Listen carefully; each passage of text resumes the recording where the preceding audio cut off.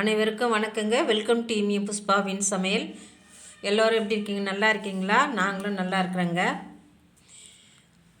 Apple வச்சு ஒரு recipe செய்யலாங்க. இந்த ஆப்பிள் தோலை சீவிட்டு சின்ன சின்னதாக கட் பண்ணிக்கலாங்க. இது மாதிரி நைஸாக கட் பண்ணிக்கணுங்க. சத்து மாவு ஒரு 1/4 கிலோ எடுத்துருக்கேன்.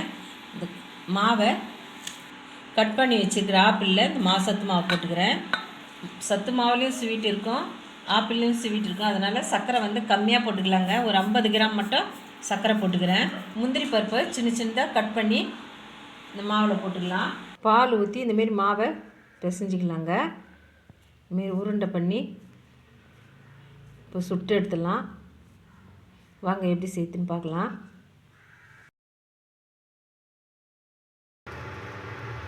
அடியை இதுமாரி தட்டிக்கலாங்க. தட்டி வச்சுருக்க அடியை தவாவில் போட்டுக்கிறேன். 2 பக்கம் நல்லா வெந்ததுன்னா எடுத்துடலாங்க. ஒரு பக்கம் வெந்துடுதுங்க. இப்போ திருப்பி போட்டுக்கிறேன். சத்து நிறைந்த ஆப்பிள் அடை ரெடி ஆகிடுதுங்க. இதில் சத்து மாவு, அதில் ஆப்பிள் போட்டிருக்கேன். ரொம்ப சத்துங்க.